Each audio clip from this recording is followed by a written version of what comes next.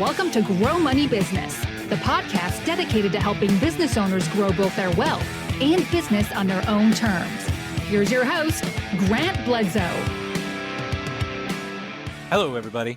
Grant Bledsoe here. Welcome back to Grow Money Business. This week on the show, we're talking all things U.S. dollar, and specifically the dollar status as the world's reserve currency. There's been a lot of noise in the news here over the last 6 to 8 weeks, I want to say, about the dollar status as the reserve currency of the world and how there may be some impending doom here, and we may be headed toward losing that status, which is what economists call the exorbitant privilege. Well, there are three main reasons that other countries want to hold U.S. dollars and will continue to want to hold U.S. dollars. And it's my personal opinion that we're quite a ways off from the possibility of losing the dollar status as the world's reserve currency. And in this week's episode, I wanted to dive into the reasons why, dive into some more background and macroeconomics about what the world's reserve currency is and why it's important, and just give you an update on what's really going on here, because I think a fair amount of it has been misreported in the news cycle. I hope you enjoy it. Hey everyone, I need to interject quickly to remind you all that nothing found in today's episode or any other episode of Grow Money Business should be considered financial, investing, legal, tax, fitness, or even relationship advice. It's content that you're free to use and to deploy on your own terms. And before taking any actions on content found on the show, please do consult with your tax professional, your attorney, or your financial planner. If you don't have a financial planner, head on over to threeoakswealth.com to learn more about what we do in terms of financial planning and investments and how we help clients on an ongoing basis. Today on the show, we're going to be talking about the U.S. dollar as the world's reserve currency, the old greenback.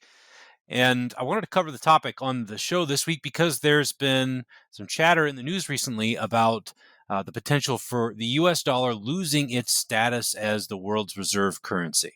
And I think we're probably all in agreement that if that happened, that would be bad. And I'll dive into the reasons why that's the case, why I think that's the case throughout the episode today. That being said, I think that we're quite a ways off from the U.S. dollar losing its status as the world's reserve currency. And the general fear that I hear people discussing, that I hear discussed incorrectly in the news, is we are printing money, we are taking on debts at an unsustainable pace at the federal level, and because of those things, we're going to lose. The U.S. dollar is going to lose its status as the world's reserve currency. And that could happen way down the road, but we are a very long ways off from that. And I want to just talk about this from a global macroeconomic standpoint, because the U.S. dollar is dominant in the world economy across the world for a variety of reasons. And I think that the stuff that's being reported in the news is incorrect, or at the very least mischaracterized. And there's a couple important concepts that we need to understand here as investors and citizens of the United States, to be honest, because the fact of the matter is you're probably getting your paychecks in U.S. dollars. Maybe some people out there are getting them in Bitcoin or some other goods or services, but I think the vast majority of us are getting paid in U.S. dollars. We're storing our savings in U.S. dollars. We're transacting in U.S. dollars. Even when you go abroad for a couple of weeks, you might use that country's currency, but you're exchanging U.S. dollars for another currency, and then you're probably exchanging that currency back to U.S. dollars once you get home. So I wanted to talk about this in some more depth on the show this week. And just to set the stage here, residing in the country that has the world's reserve currency is a huge economic benefit. And the reason is that everybody else around the world feels comfortable with the currency that you get paid in, and it makes for much less expensive and more seamless imports into the country, and it's just a lot easier and cheaper to buy goods and services. And they call that in the economics world the exorbitant privilege of having the world's reserve currency. And the history on this goes back to World War II, really. After after the Allies won World War II, we had a lot of the gold across the world. It was all stored at Fort Knox, and at that time, gold meant power. I believe there were a few fiat currencies at that time that were not backed by gold, but there was so much disruption in the world economy as a result of World War II that having gold meant economic power, and gold was really the reserve currency in the world at that time. And so right after World War II, we had all the gold. And at that point, you could exchange dollars for gold and vice versa. And it wasn't until the early 70s when we actually formally left the gold standard. And so we won World War II. We had all this gold and all these resources, and that gave us a whole lot of power throughout the world's economy.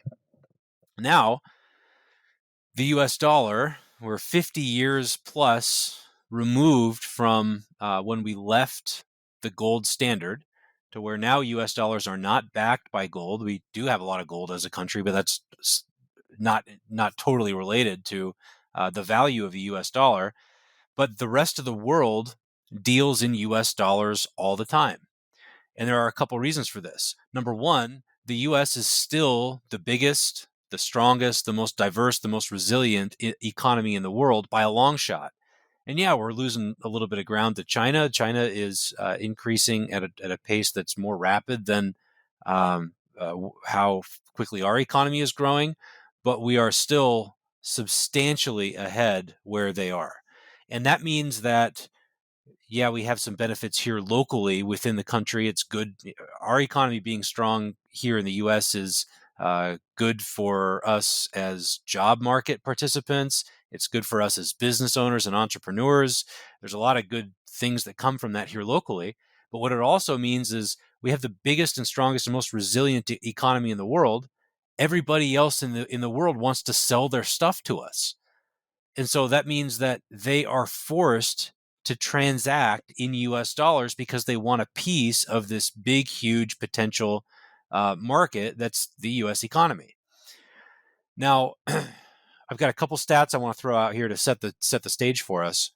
The first is that across all international trade, so the world's GDP of all the goods and services that are sold around the world, about half of them are invoiced in US dollars. So the person selling the goods is invoicing them and expecting delivery. The terms of the engagement are such that they will take delivery in US dollars. And on top of that, US dollars are involved in about 70% of all the world's transactions. And the chart that makes the most sense that I'm here looking at on my screen that we'll link to in the show notes compares the portion of global trade across all the biggest currencies. And so what are the biggest threats to the US dollar as the world's reserve currency? The two or three biggest ones are the euro, the Japanese yen, and the Chinese renminbi. Well, the euro is far and away the biggest threat to the US dollar in the sense that they have the second highest portion of all global trade is denominated in euros, and that's somewhere between 20 and 25% if I'm looking at this chart properly. After that, it's the Japanese yen that's way low, maybe 8-10%, something around there. And below that, that's the Chinese renminbi that's less than 5% of all global trade.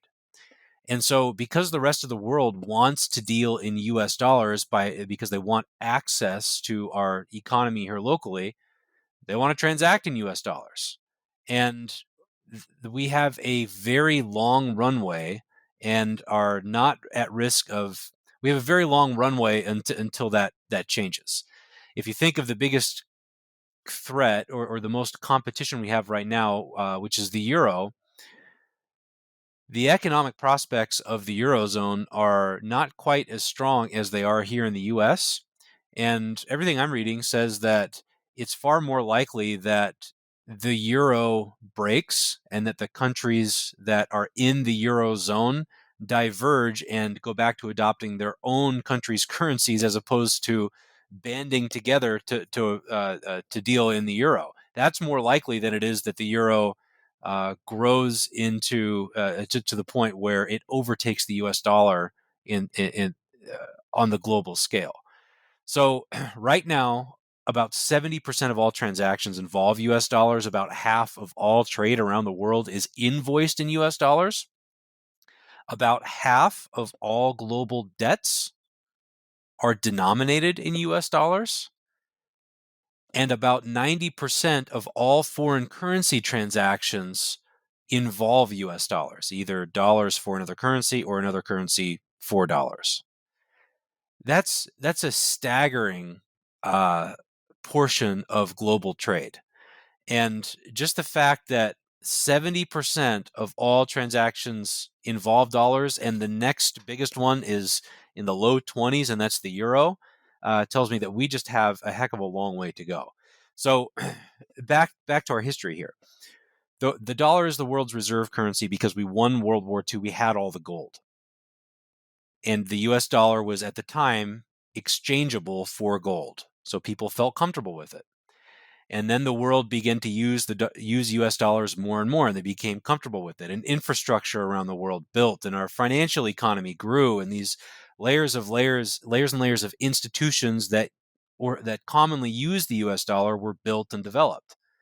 And then in the early 70s, when we left the gold standard for economic reasons, the whole world was already comfortable using US dollars, and we at that time had the strongest economy.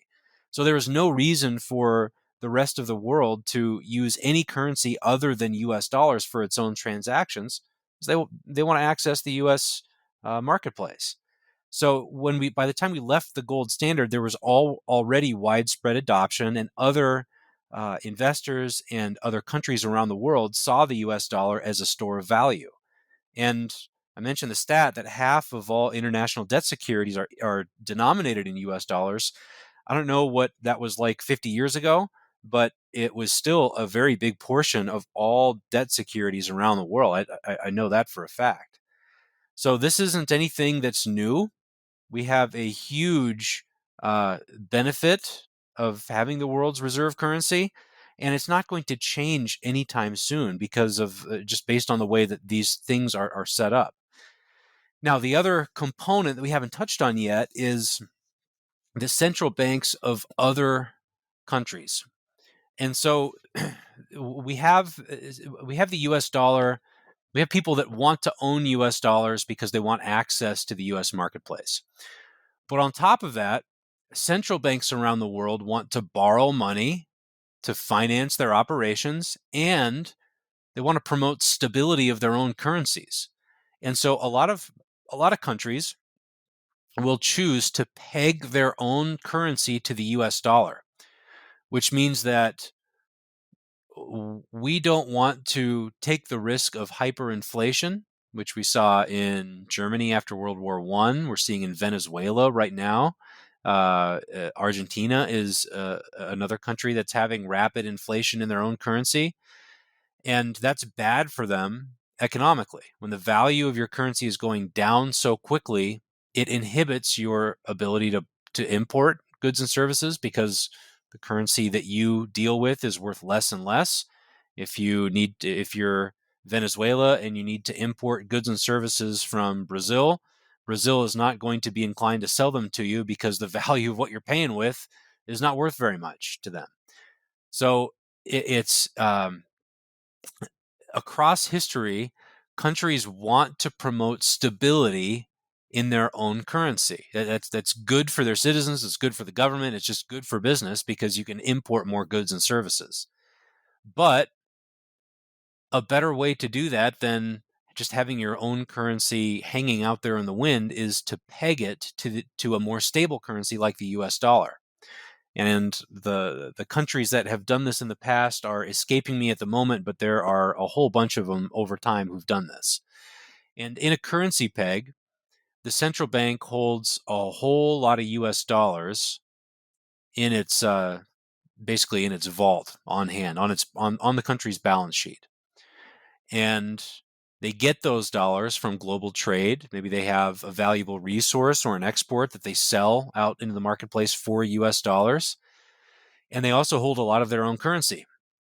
And so if let's say, for example, Mexico did this, there's not really a reason Mexico would want to do this right now, but let's say that they did, they would peg the peso to the dollar and say 1 peso is now worth $1.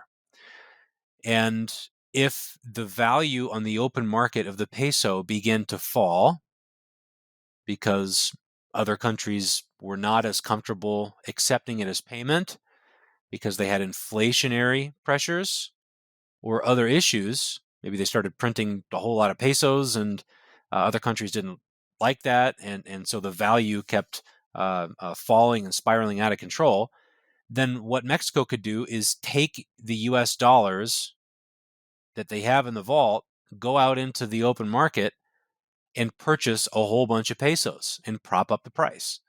Because what happens when we have more buyers after something than sellers, back to your old economics 101 supply and demand curve, it pushes the price up. And on the other hand, if countries all of a sudden want more pesos than are available, they'll intervene to push the price down. And they can print pesos and sell them. They can do a number of things to push the price down.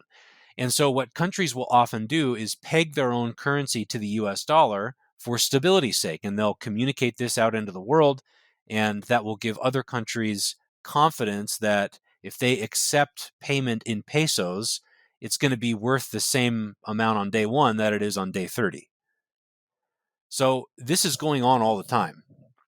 And to do that, other countries need to hold the currency of, they need to hold the more stable currency on hand so that they can intervene if the value of their currency falls. Now, this is not that many countries around the world. It's a handful of them. Again, I don't have the number off the top of my head, but the European Central Bank, the Japanese Central Bank, the Chinese Central Bank, other big developed nations don't have a reason or a need to do this at this time because their currency is traded enough internationally to where they have stability on their own. They don't need to take these measures. A few years ago, China informally pegged its currency, the renminbi, to the U.S. dollar, and they didn't announce that that was happening, but it was clear that it was, and it was really good for China. It wasn't as good for the U.S. In the global in the global economy and for our internal trade and so forth. And you remember all the political rhetoric. I think this is thinking back to is probably when Trump was running for office in 2016. He was very upset about that. A lot of politicians were, and China was doing what was good for itself. It was pegging its currency to the dollar for stability's sake. Now it's stable enough they don't have to do that, and they've left the peg. So that's another reason that other countries want to hold the US dollar, is to be able to promote stability in their own currency, which is good for their own economy. It's good for the government. It's good for their citizens.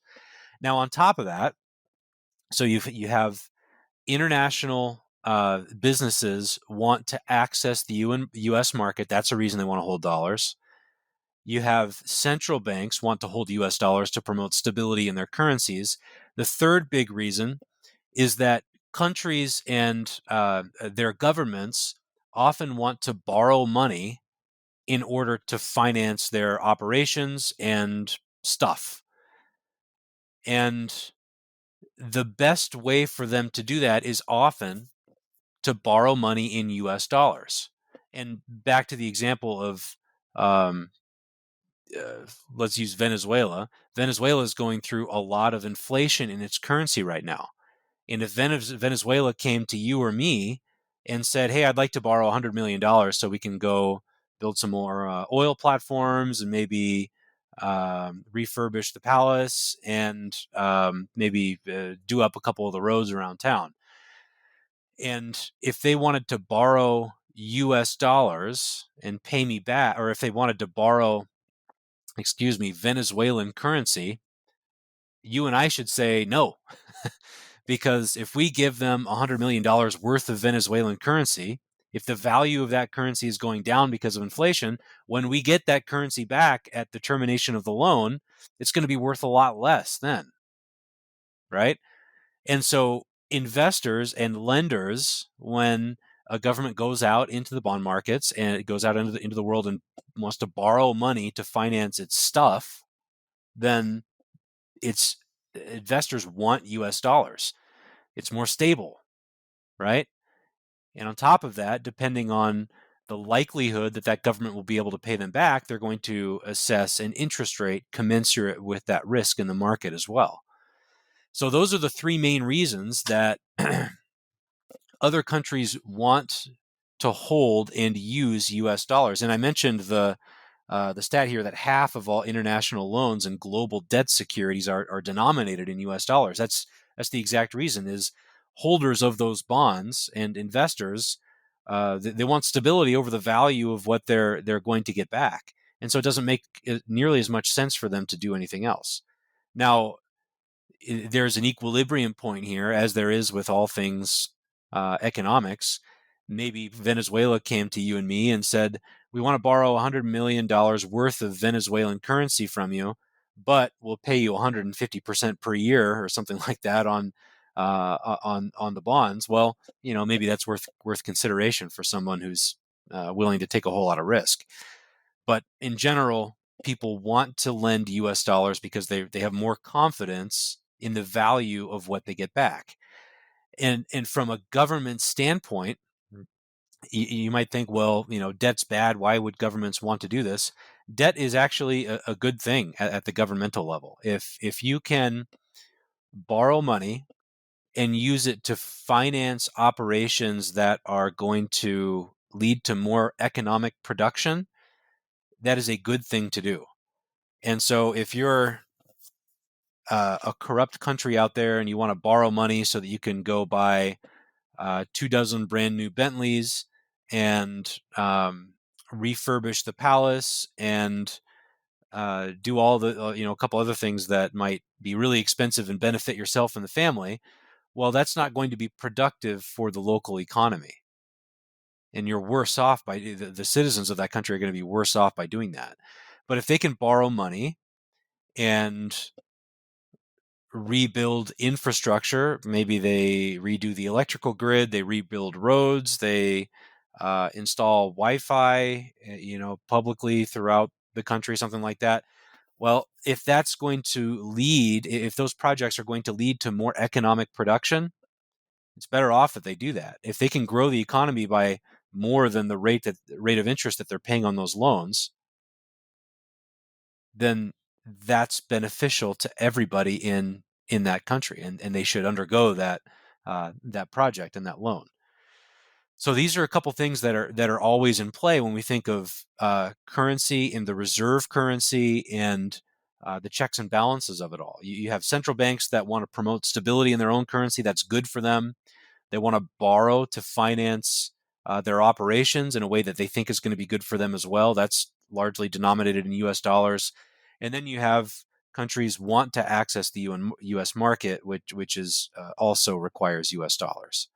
And so the result of that is US dollars are involved in 70% of all global trade in one way or another. And 50% of all global trade is invoiced in US dollars. And so that gives US citizens a whole bunch of buying power, really, all up and down the supply chain. Companies are bringing in imports from international companies, right? Think of Apple. Think of the last iPhone that you purchased. They're importing all sorts of chips and pieces of that device from countries overseas. And the fact that those pieces want, or the companies selling those pieces want to sell to this big, huge market here in the US because we have economic power, is good for us and makes the iPhones a little bit less expensive. As surprising as that is, because iPhones are super expensive. I mean, think of how expensive an iPhone would be if you lived in a third world country. You don't have any of those privileges. Apple has bargaining power when it imports the chips, and it imports the casing and the screen and the glass on the screen and all those things. They have leverage in the transaction because of these international economic dynamics. And so they can piece it together and then offer it to you and me for what's probably a very substantial markup. little bit of a tangent. I really wonder what their margins are on iPhones. Maybe they might be in the public documents, but that would be worth looking up at some point. So those are the dynamics at play. It's good for U.S. residents, you and me, because it makes stuff less expensive. It makes our dollars go further when we travel abroad, and it's just generally good for the economy.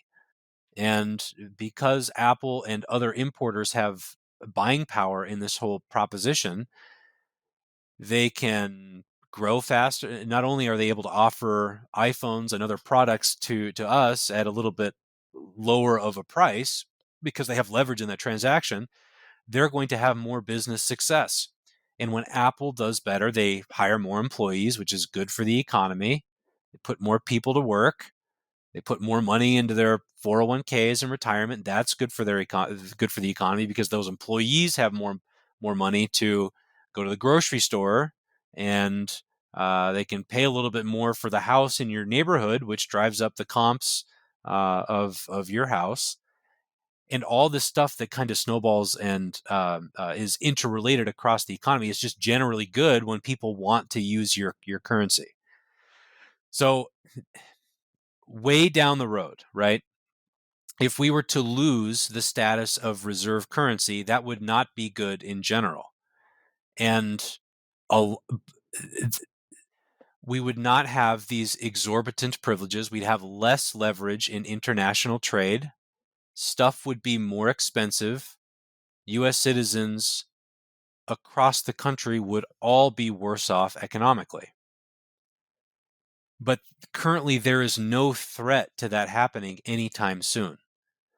The world has adopted the US dollar already.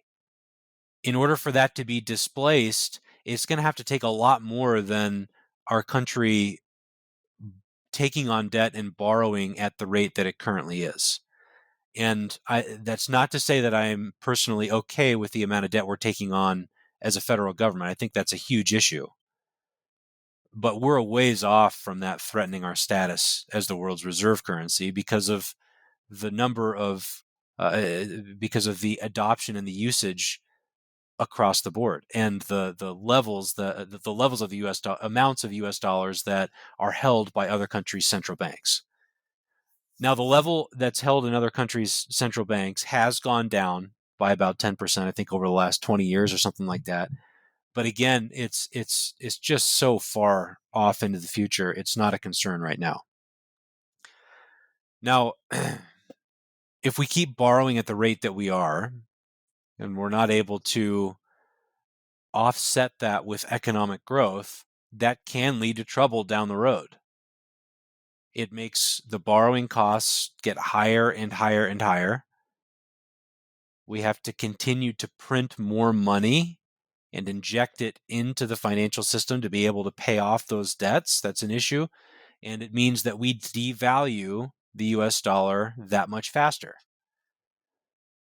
And I say that much faster because that's what happens to every single currency in every country around the world over the entire history of Earth. What happens is stuff gets devalued because as money goes through the banking system, more and more dollars are created. That's even if the Fed doesn't even do any more quantitative easing. This is just the nature of banking and the way that this works. There will be more dollars created because when you and I put $1,000 into our savings account toward our emergency fund, maybe, the bank is only required to hold a little bit of it on its balance sheet, and it can turn around and lend most of it out to somebody else for margin and for profit. And we still have the same $1,000 we can withdraw from the bank with it whenever we want. And the whole reason that bank runs don't happen all that often, although they have a couple times frequently, granted, or if not frequently, but recently, granted, is that the bank doesn't think that everybody's going to come request their money back all at once. There's stability in the system. But they only have to keep a portion of our deposits on hand, which means that more dollars are created when they lend it out to somebody else. That person does the same thing, and a chain of this occurs over time. So Currencies in all central banks are devalued over time as a result of this. And that's part of the reason economists think that a healthy level of inflation is not 0%, it's more like 2%. That's what the Federal Reserve actually targets, is 2%. So the more that we borrow, the more money we have to print to service the debt, the higher interest rates get, the more expensive that debt gets, the more we have to service it, the more we're going to have to print money, and the more that our U.S. dollar will be devalued. And that's not a terribly good thing. We see inflation when we go to the grocery store because of this.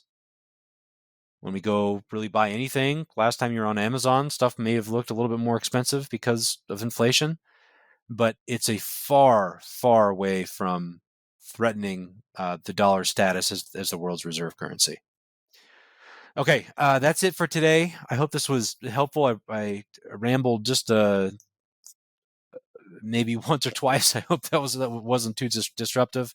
But other countries really want to hold U.S. dollars. That's not going to change anytime soon because of the infrastructure built up in the financial system around the world. And we do need to watch the amount we're spending and the amount of production that it leads to, obviously, and reduce the level of federal debt, I think. But we should not worry about having to make debt payments in other countries' currencies anytime soon. Okay, that's it for today. Thanks for listening. Talk to you again soon. Thanks for tuning in to Grow Money Business, the podcast dedicated to helping business owners grow both their wealth and business on their own terms.